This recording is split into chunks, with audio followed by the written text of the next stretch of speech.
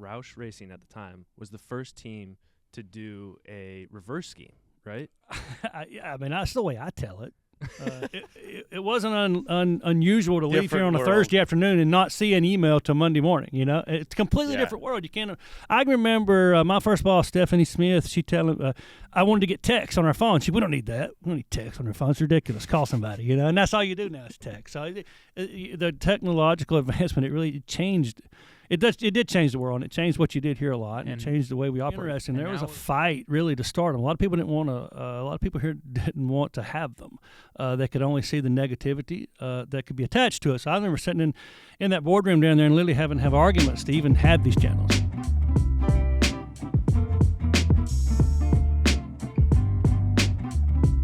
Welcome into Backstretch Banter on Sirius XM NASCAR Radio, Channel 90, Backstretch Banter with Roush Fenway Keselowski Racing. I am your host, Chris Childers.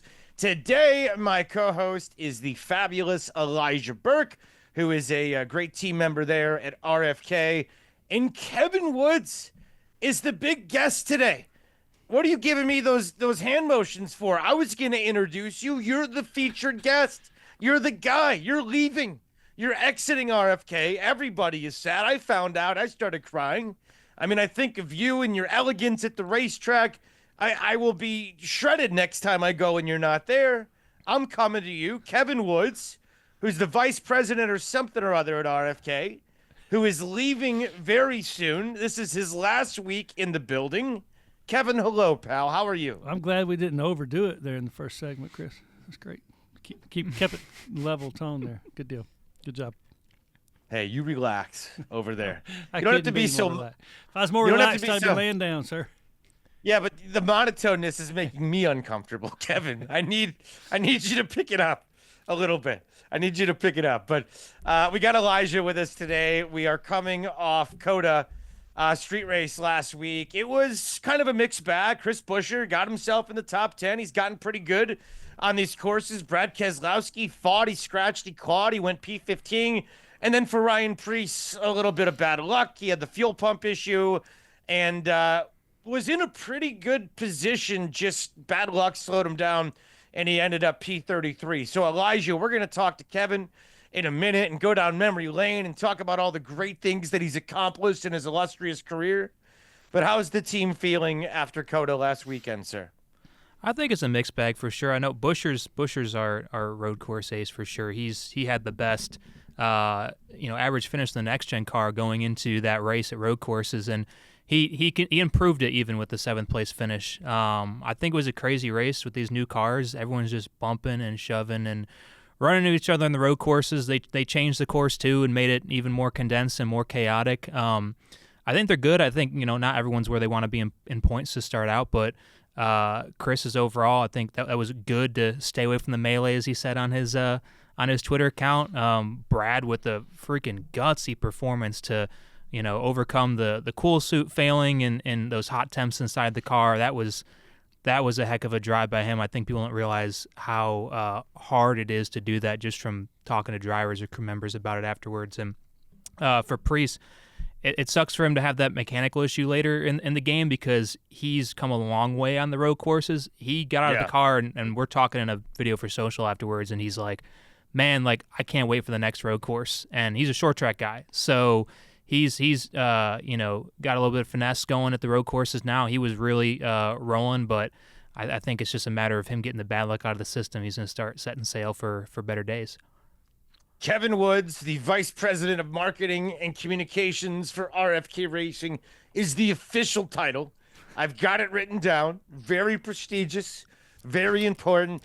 Kev, we're going to go down memory lane in a second, but I do want you to shed some thought on the race. I'm sure you were glued to it last week, and right now it's, you're not going to be with the company on a full-time basis anymore, so this is I'm sure one you'll remember. What did you think about COTA and how this team has kind of progressed? Or I guess it was all over the place when you look at COTA last weekend, but certainly Buescher has progressed a lot on these racetracks. Well, as I polished off my 6th Dr. Pepper in the media center there, and headed out in that that 68 degree tropical weather to get back to the car. I was feeling pretty beat down myself. So I definitely understand the plight that people go through to do these things. But it was a great weekend, Chris, because like I said, they had my favorite beverage in the media center, which is always huge for me. I'm a soda addict, drink way too much of it. So I had a bunch of those. Saw a lot of people, got to say goodbye to a lot of people, and then taking a little bit of race. So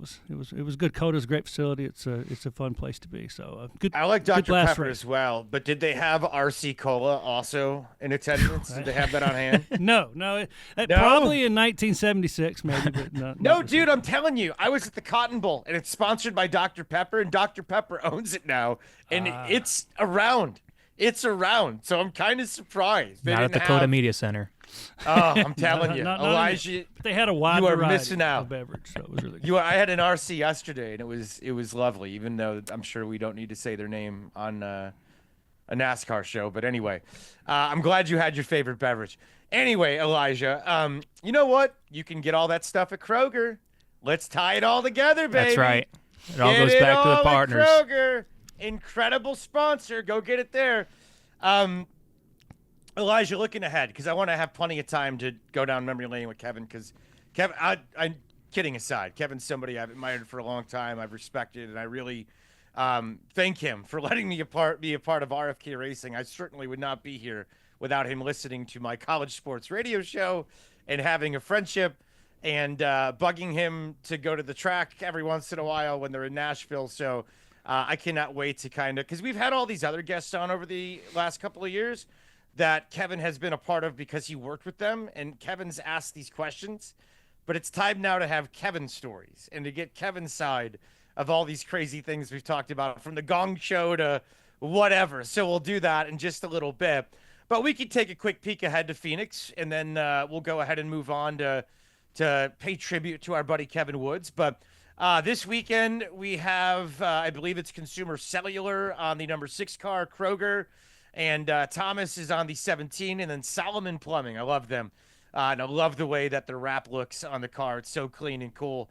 On Ryan Priest in the number 60. So going to be a fun weekend coming up in Phoenix. Woods, I know you've covered a Phoenix race or two, or you've worked a Phoenix race or two.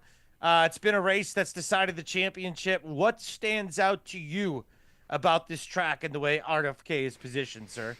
The biggest thing that stands out, Phoenix to me, is they did a major remodeling with it in the last 4 or 5 years, and it's unrecognizable when you go to it now, even from where the pits are to the infill structure, where you park, everything. It's almost like a completely different place. So something you'll appreciate, Childers. For years, it had this 1942 press box that set up above the track, nice. And it was very distinct. It looked like a high school press box on just huge stilts, and it was this kind of defining thing that no other place had. They finally got rid of that. I think it was a couple years ago when they did the remodel, but it's changed dramatically over the years. But we had a lot of good runs there with the organization since I've been here, and it's a beautiful track, and the mountains kind of right behind it, and it's just a drive-in. It's just one of the best trips.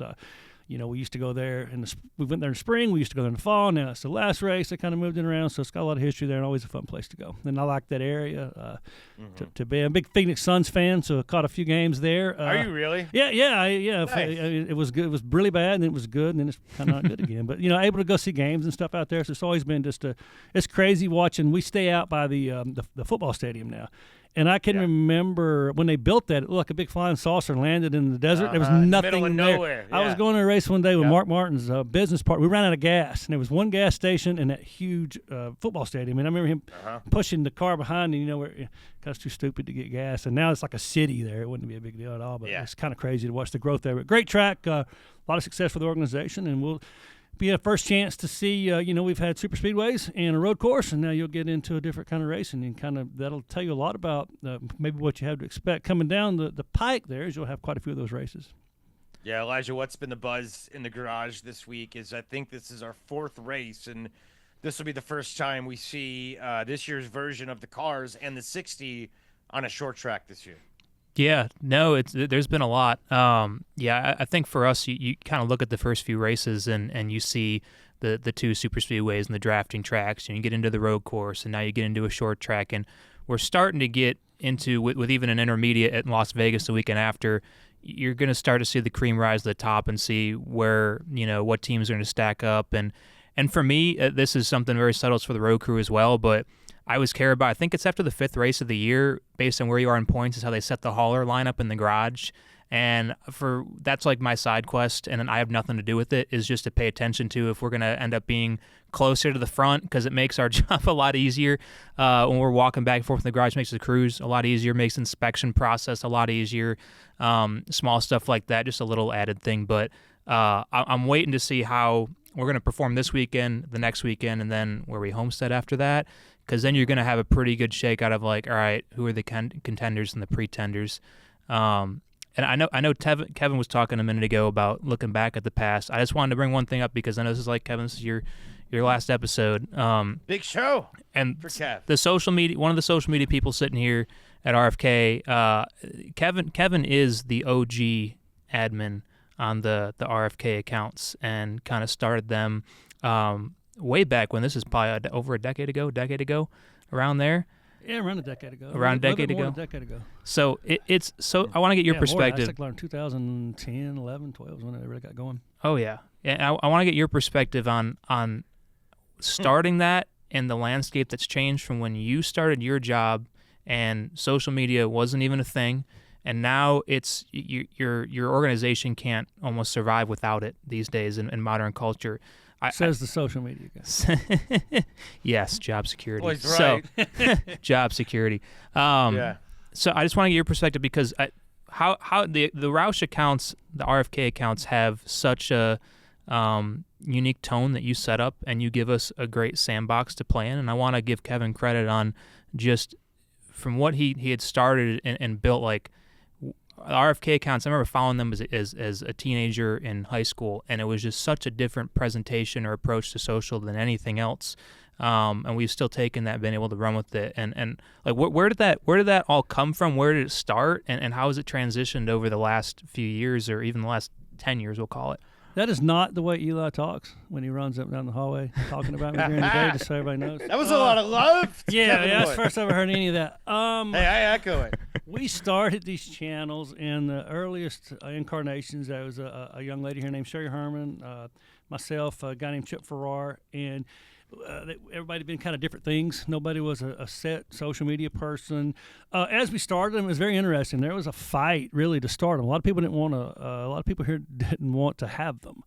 They could only see the negativity that could be attached to us. I remember sitting in that boardroom down there and literally having to have arguments to even have these channels because everybody thought, well, it just opens up, all kinds of some of the craziest reasoning not to have it at all, and we had to kind of fight just to have them.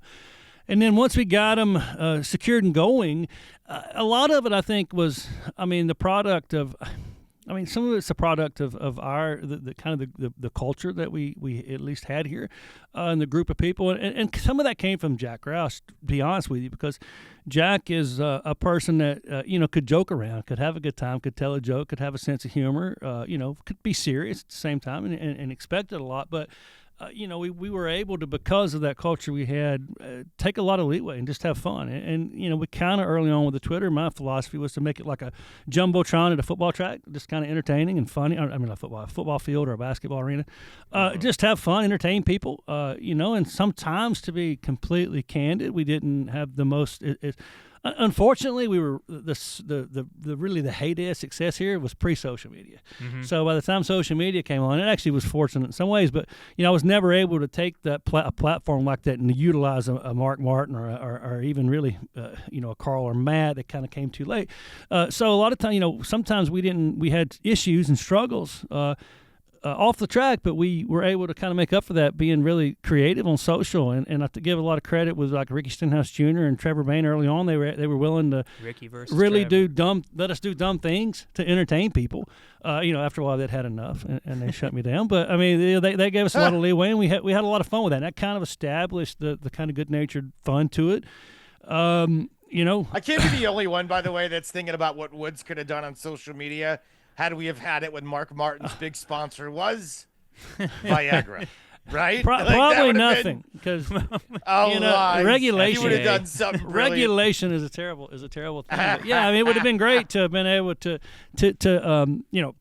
play in that sandbox. But we were able to kind of, sometimes I don't mean this with any disrespect. You can't tweet, but so many times, hey, we're 26th and 23rd. Whatever the reason for that, you can't. So you had to come up with different things to entertain people with, and I give a lot of credit to people around here for letting us do. I mean, sometimes we might have pushed it a little too far, but they let us push it to the point of being, entertaining. And I think that kind of is what built and established that. And the irony of it, we went from not being sure we should even have it to it kind of starting to be really a vital part of the partnerships we would sell, where it would literally be built in the partnerships and whatnot for the sponsors, and really a major piece of the value they would get from it was derived from having built that. So it was a long process, and that's about a 15-year road. And for the most part, we didn't get in a whole lot of trouble with it, so I'll take it. It really is what made the job here in the 20 years. It was like two different jobs. There's a pre-job. There's a job pre all social media and whatnot, more PR based, a lot more media to deal with. That's kind of all gone. So it's kind of two different jobs really when that come along. That's the timeline I use for the world too. It's like Elijah, pre-social and post-social. The first thing alive pre-social. How old are you, Elijah? I was there. Born in '96. All right. One of the first things when I started here you did was they had you sign up for an AOL account. The one that goes. Oh yeah, I had one of those. Can't get on the phone. And you may or may time. not check your email during the course of the weekend, depending on if there was a free access number that you could actually call into. So it was very. It wasn't unusual to leave here on a Thursday afternoon and not see an email till Monday morning. It's a completely different world. You can't. I remember my first boss, Stephanie Smith. She telling I wanted to get text on our phone. We don't need that. We don't need text on our phone. It's ridiculous. Call somebody. And that's all you do now is text. So the technological advancement, it really changed. It did change the world, and it changed what you did here a lot, and it changed the way we operate. And now we're releasing a flip phone for our driver. We're slowly like, maybe we want to go back to some of that stuff at times and get away from all of it. But it has been, I like your perspective, it has changed so much, and I give Kevin credit for allowing us to do what we do, and all the people before him that kind of, set the foundation. I will say one last thing. It's funny. We used to have like seminars and stuff, and we'd have all the teams come talk about how they do their social media. And Hendrick would get up and say, well, we would never say anything on our social media that Mr. H wouldn't say. And it was funny because back when Jack did a lot more interviews, Jack's very wordy. So we'd make the joke that doesn't work for us because Jack can't even say hello in less than 140 characters. So that would never work here. We wouldn't even be through the gate there. So. That's man, awesome. He's one of those, huh? He's a wordy gentleman. Oh yes. Yeah, one of those where you have to kind of plan some time if you know you're going to be around him. I'm not leaving anytime soon. And he would get, if it was a formal environment, he would just get carried away and just talk. So that was the 140 characters was not a Jack Roush thing. Oh, that's beautiful. Kevin Woods with us. He is sometimes my co-host, but today, his last time on the show, he is our featured guest. He has had an incredible career at RFK. He is decorated the VP of Marketing and Communications and has a lot of friends inside the garages there in NASCAR. A lot of people that I'm sure are going to miss him, including Elijah and definitely myself. And I could see Thomas Burfield's soul in the background nodding along as he'll miss Kev as well. But we got more with him. We're not saying goodbye quite yet. Stick around right here. Chris Childers, Elijah Burke, and Kevin Woods on Backstretch Banter with RFK Racing. We're back on Backstretch Banter, Sirius XM, NASCAR Radio, Channel 90. Chris Childers with RFK's Elijah Burke. And today, our special guest on the program is the RFK Vice President of Marketing and Communications, Kevin Woods. Kevin is leaving RFK by week's end, and that is after an illustrious career. He was there over 2 decades, joined the organization in 2001. He was a senior account manager, whatever the hell that means, and he grew over time and became a big fancy vice president. And today we are paying honor to our friend and talking about the past. This guy has seen RFK grow in a long way. He was there when it was Roush, then Roush Fenway, and now Roush Fenway Keselowski. in your time with the company, you just talked about the social media aspect that Elijah brought up. What about the infrastructure overall? Like when you go to work, how different, like how many employees were there in 2001 compared to now? How different is the office culture from 2001 compared to now? That's a couple of different questions. A lot less employees than 2001. At that time, we were in the Truck Series. We were in the Xfinity Series. We had a lot of Cup teams. We were going to the fifth Cup team during somewhere around that time period. So we actually had a whole lot more people. We were spread out. The engine shop was in Lavanya. The Bush shop, what was Bush at the time, was in Mooresville. Actually, the marketing office when I started was in Huntersville. It was not here. And our Cup shops were here. So, and they had just moved those down from Liberty, or from Mooresville and put them all in the same place around that time. So, and it was different. They had won a truck championship.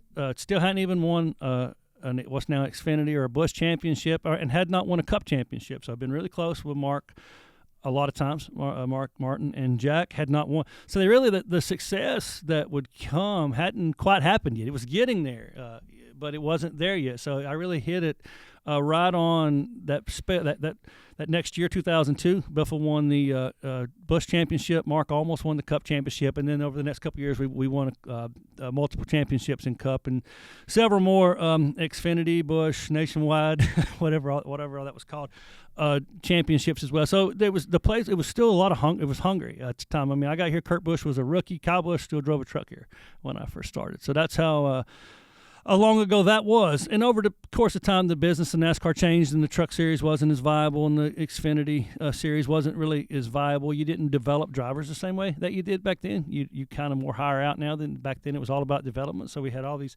development programs, these people coming up that would eventually mature into the Cup Series. So totally different business model in that sense. Office culture, completely different.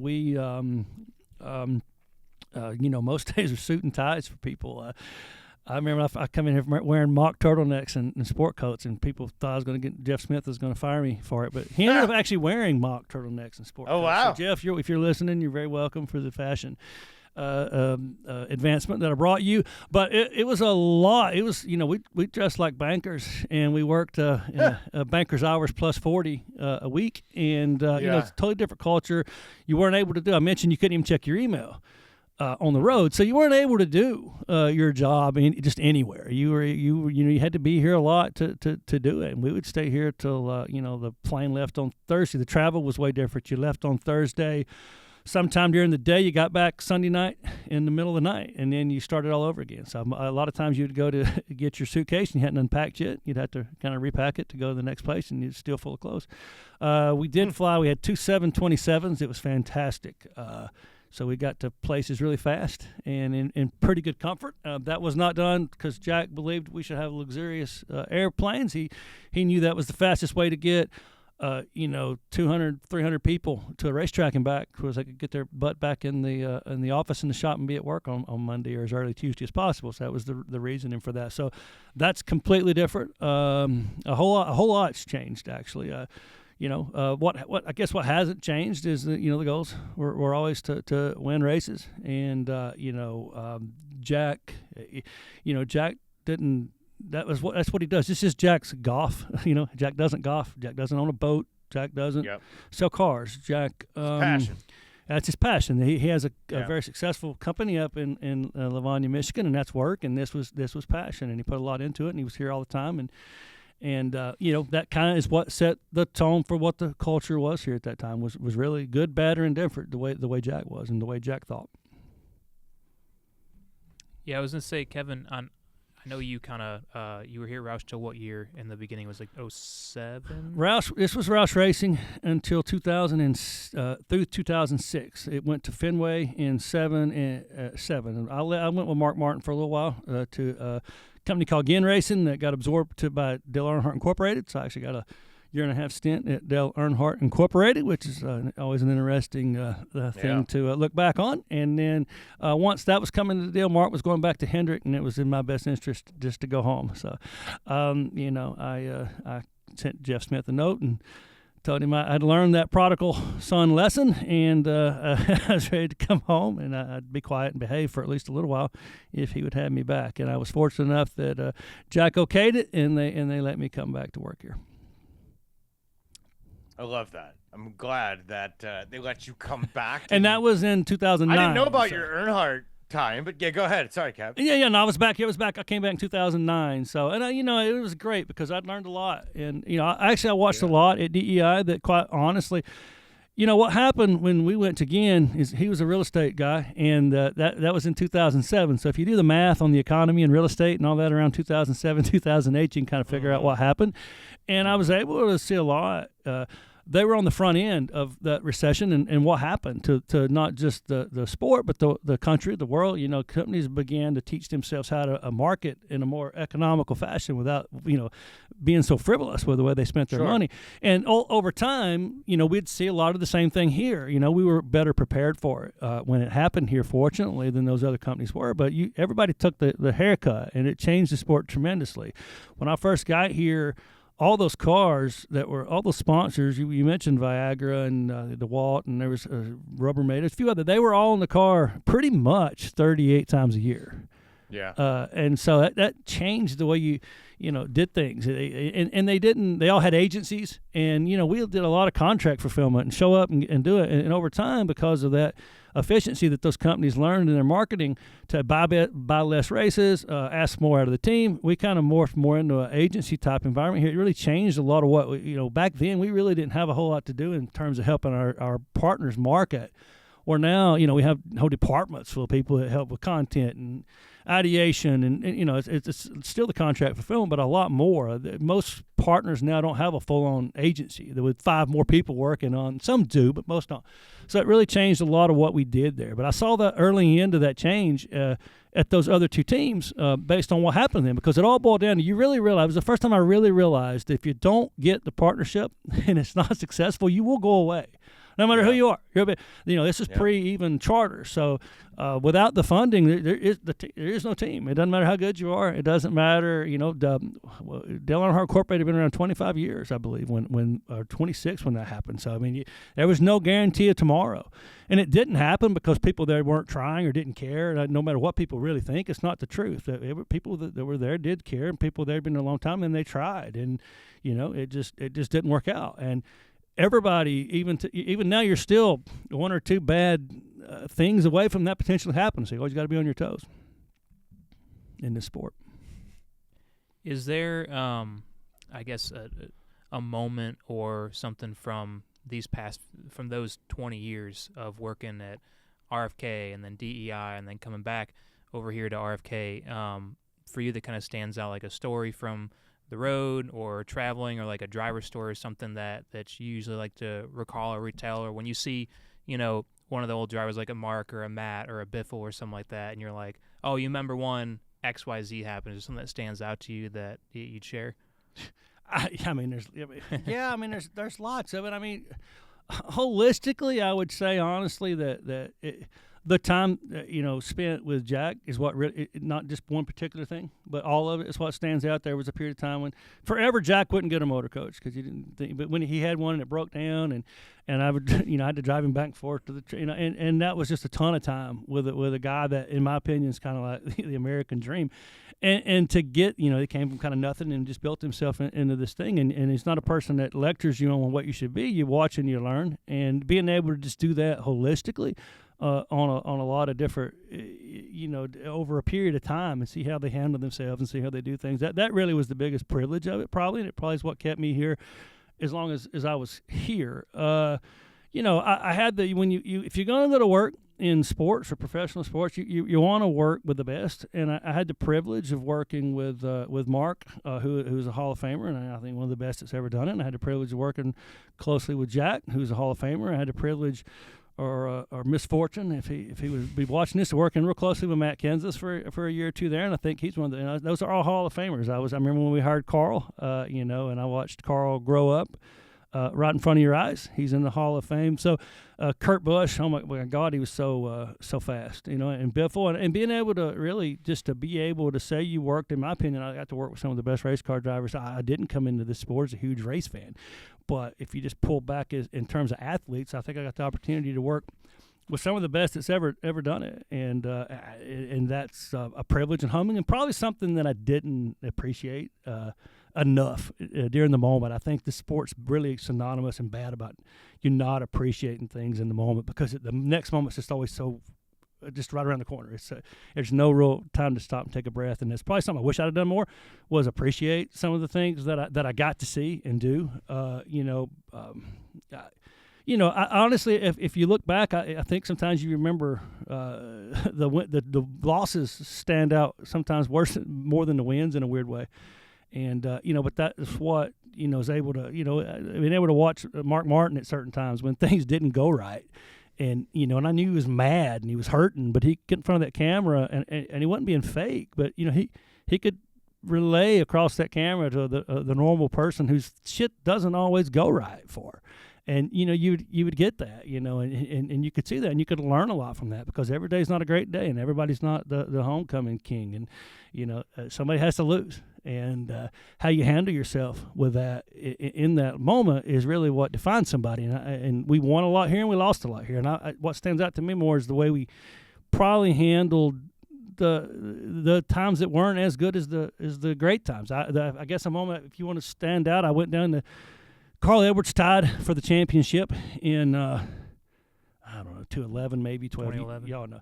And, I went down there. I was down there at the pit getting ready, because it was tied. We didn't know the last lap. And I remember Jack looking at me and saying, "I'm sorry," and then I'm thinking, "You're sorry to me." You do this. Jack did this 40 years.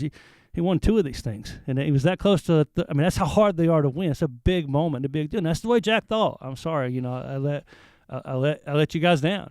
I think when Matt and Kurt won their championships, Jack thought he was thrilled, but he thought he let Mark down by not winning one, and that was just kind of the mindset.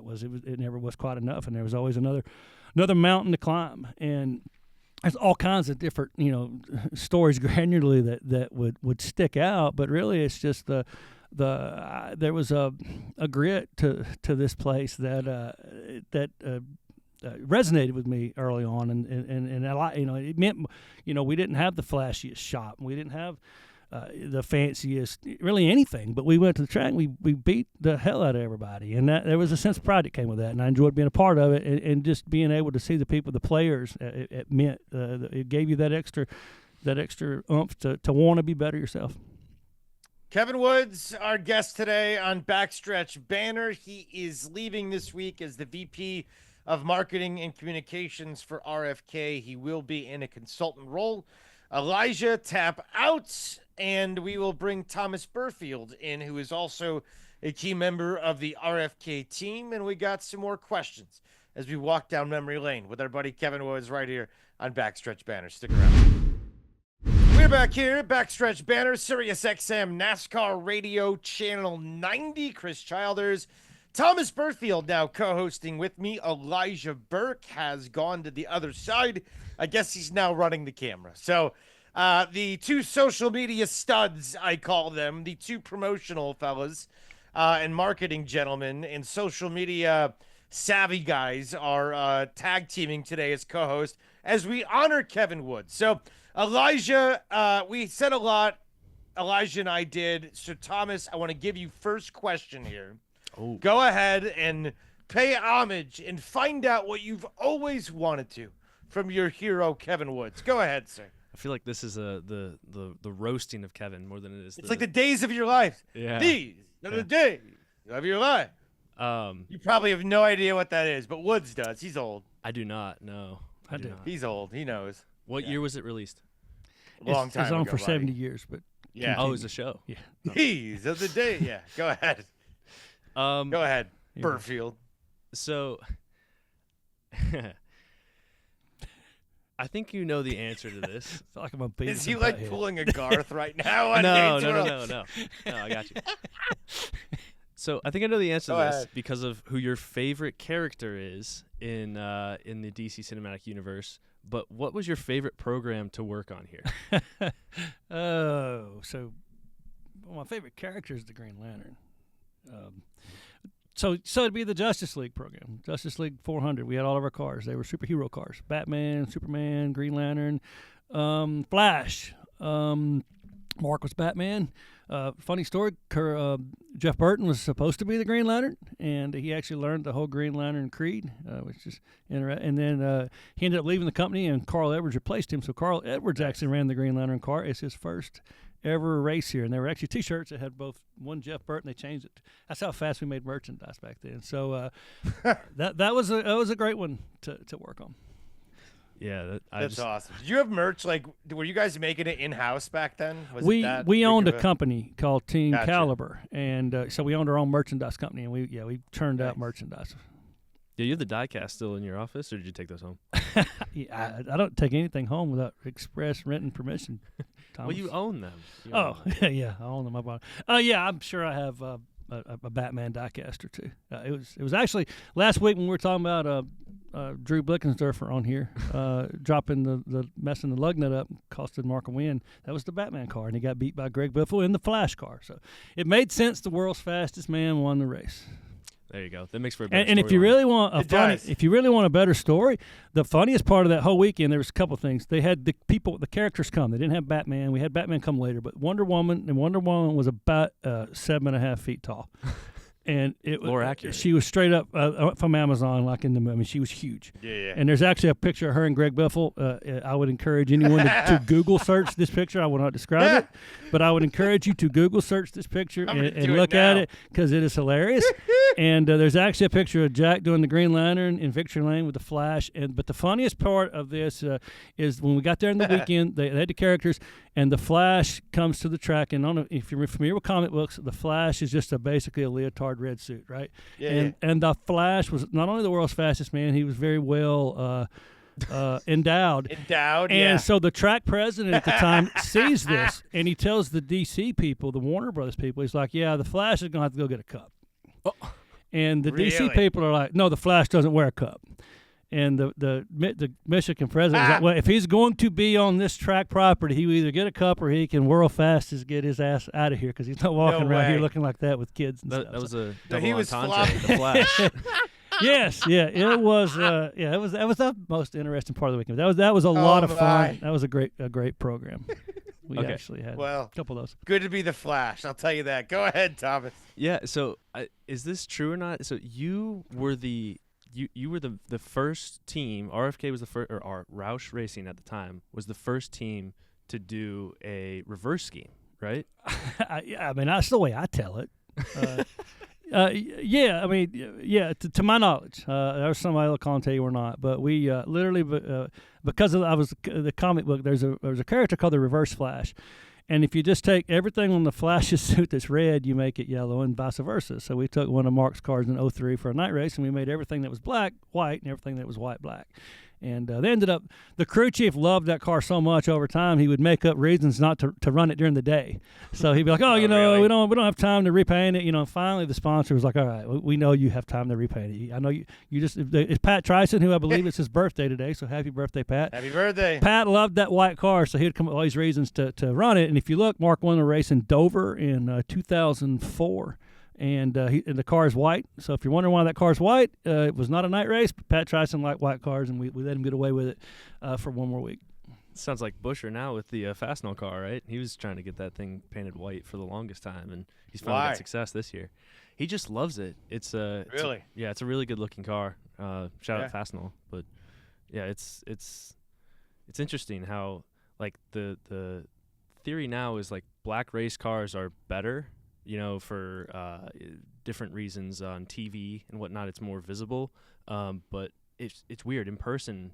Personally, white race cars are the way to go. The white with the green of the Castrol Edge and the Solomon brother, that looks really cool. So they're slick. I hear what you're saying. It does look slick. Kevin Woods, we're gonna say goodbye to him very shortly. We miss him. He's gonna be consulting, but will not be around daily. The Vice President of Marketing and Communications for RFK Racing will say goodbye to his everyday life, and I don't know what he's going to be doing. Hopefully he will not be a stranger. God knows I cannot live without his gorgeous, gorgeous face and beautiful hairline in my life. I can tell you that. But let's take a break. We'll finish up honoring Mr. Woods next on Backstretch Banter with RFK Racing. We're back here, Backstretch Banter, Sirius XM NASCAR Radio Channel 90. Chris Childers and Mr. Thomas Burfield is hanging out today as my co-host. If you were listening earlier and there was another guy, you're not crazy. There was. Elijah was sitting in, but Thomas has done the second half of the show, and he has been a modern-day Bob Uecker as a Dynamite sidekick. No question about that. Kevin Woods, our guest, we honor him his final week as the Vice President of Marketing and Communications, and I know Mr. Burfield has a very big question that he said you will rant on. So we have, I think, 9 minutes. So be in your head clocking your rant. But go ahead, Thomas. I'll give him a 1 minute warning. So back in the day, there was a program that you had with a certain pharmaceutical, not company, but pharmaceutical selling company, Walgreens. And in the Xfinity series, I believe it was with Chris Buescher and Trevor Bayne, or was it Ricky Stenhouse? But you had this program that you went around the country with. Can you talk a little bit about that? Yes, it was. It was a company-wide program. It wasn't with a particular driver or series. It was actually every driver, I think, but Carl, who just would never have done it because it was a little bit weird. Yeah, it was. It was Biffle and Trevor and Chris and Ryan Reed, actually, and then Jack was a part of it. So we went across the country, and they took a Mustang, a Roush Mustang. It started as a regular Mustang, and they transformed it into a Roush Mustang, and we took it different places. And they would do different types of challenges and whatnot. The highlight of the whole series is Chris Buescher had an episode where he talked to a horse. So I encourage anyone to go look that up as well.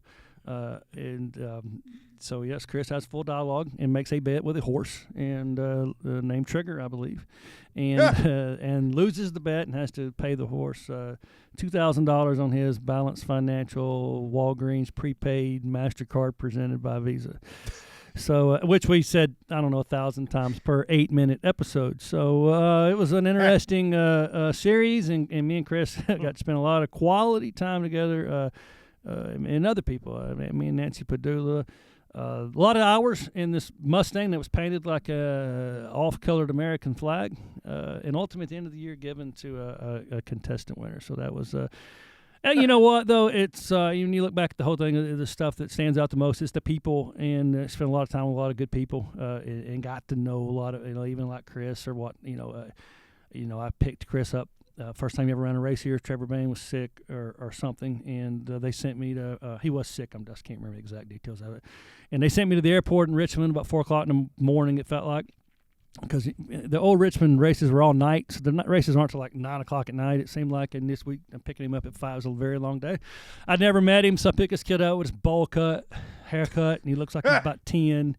And he's carrying his helmet, and he's just all. And he's Chris. The conversation awesome. with him then would have been the exact same as if I had a conversation with him. If he walked in here right now, it'd be no different. He ended up winning the ARCA championship that year. Me and Corey Wynn took him to. They made us take him to get a haircut because he literally had this haircut that was.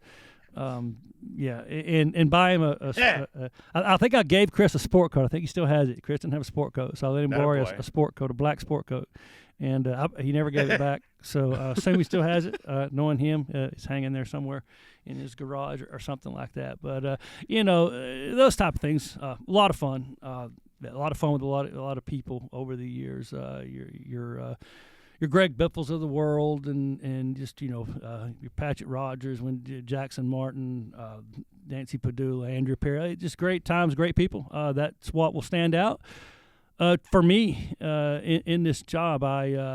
I'll hearken it back, Childers, to your since you're a college athletics guy. I got 3 pieces of advice when I worked in college athletics, and One of them was from a gentleman named Sonny Dragon, who was a golf coach. He was the first official golf coach at Auburn University. And when I was leaving Auburn to go to UCF, he told me, he said, I always remember this, Kevin. When somebody's patting you on the back, 9 times out of 10, they're holding a knife. And so that's a very applicable advice that I've taken and learned, and it's proved to be true 30 years later. Gentleman named Steve Sloan, who was a AD at Alabama at one time. He was the AD at UCF when I was there, and he was actually a quarterback at Alabama as well in the day. I think he just passed away like a year ago. Great guy. He called me in his office one day and gave me some of the best advice I ever had. He said, you got to look at office politics and what you accomplish here. Like you have a revolver and you got like 2 bullets, not 6. And you, however you fire those bullets is how you use them. So if you want to walk in here and you want to fire both of them off 4-8-15 over the coffee was too cold and the floor's slick or something, you've wasted your 2 bullets and nobody's going to listen to you. You're just that person that fires their bullets off. Make your shots count. And I think that's so true. And the other piece of advice that's applicable to today was given to me by a gentleman who was a AD at Auburn, a guy named David Housel.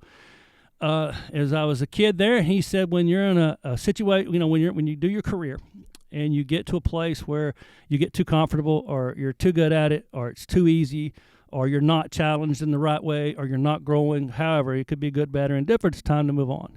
And, I probably should have hearkened that advice about a little while ago. I might have stayed a little bit too late and talked a little too much. But that's kind of where we are now. It's that time. And his advice holds true today as true as it was 35 years ago. So, we're going to take it and move over a little bit and then figure out what's next. So excited about that.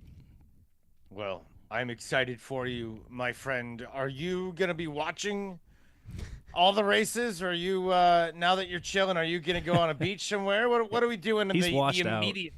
In the immediate, are we going to the Bahamas this weekend? What's going on? I'm going. My wife Kelly and I should actually, if I'm going to say this, I should thank her and my son Carson, my stepdaughters Ashlyn and Rachel. They gave up a lot and sacrificed a lot so I could go across the country and chase this dream, even if it was a nightmare at times, Thomas. It was a dream, and I probably have never been appreciative enough for that. So here we are. Kelly and I are going to go on a trip and unwind and take a breath, and then I'll come back and I'm available to these guys for a while now. So whatever, if they need something, I'll be happy to help them, and then we'll figure out what's next. But it's kind of like. If you were at Talladega and you're drafting and, you're sitting there behind another car and you want to win the race, you're going to pull out and take a chance or you're going to stay there and finish second, and it's kind of not a great analogy. The better analogy I have, somebody asked me yesterday, a long-time guy that worked here, texted me and was asking me about the situation. And I said, Jack used to tell a story about if the bear is chasing you, you don't have to outrun the bear. You just have to outrun your buddy beside you. And so for 25 years, man, I outran a lot of buddies. And one day you look around and ain't no buddies left, and that bear still comes after you. So I'm tired of fooling with the bear, and the bear can have it. So I'm going to ride off in the sunset here, and I couldn't be happier about it, but I couldn't be more appreciative for, over 2 decades of really what ended up being a really fun and good career and a good time. And, like I said, I can't thank Jack Roush and really Mark Martin, all those guys enough for everything that they did for me and for the patience. They were always fair, and that's all you can really ask for. For me, that was my attitude and my grind and the way I thought really was just in line with those people. Somebody was talking the other day. They asked me if I had a headshot. I hadn't thought about ever having a headshot. There was work to be done. Not such a handsome face. Sit here and take headshots. There's had to be something more productive to do than a photo shoot like for me. Fabio. But the last thing I want to say to you, child, is you tell me this. I've been here over 2 decades. I walk out of this place with more hair than I walked into it with. So you tell me how many people can say that. You're a winner. You are a winner and then some. Believe me. Thomas, before we go, anything you want to add before we say goodbye to Kevin, and anything you want to say about the upcoming race in Phoenix, sir? I just want to say real quick, I'm very excited for Woods' next journey here because I've experienced Vacation Woods only once, and it was fantastic because nice. He went to where was it? You went to some tropical island, and all the photos he sent, he was big, huge smile on his face. So I was like, yeah, Woods is living it up. So Vacation Woods. Yeah, Vacation Woods. I love it. Love it. But the race upcoming, I think it's going to be kind of to what Elijah was saying. It's going to be the first not true test of the season. I think that was kind of this week, but I'm excited to see what our cars do after what we were doing in the Clash. I mean, we made the race with all 3 cars for the first time, which is huge, and I'm excited to see what we can do for the short track. We are done, Kevin Woods. We will miss you, our friend. Elijah, thank you, and Thomas, thank you. And we are done on Backstretch Banter on SiriusXM NASCAR Radio. We'll see you next week. Thanks, everybody.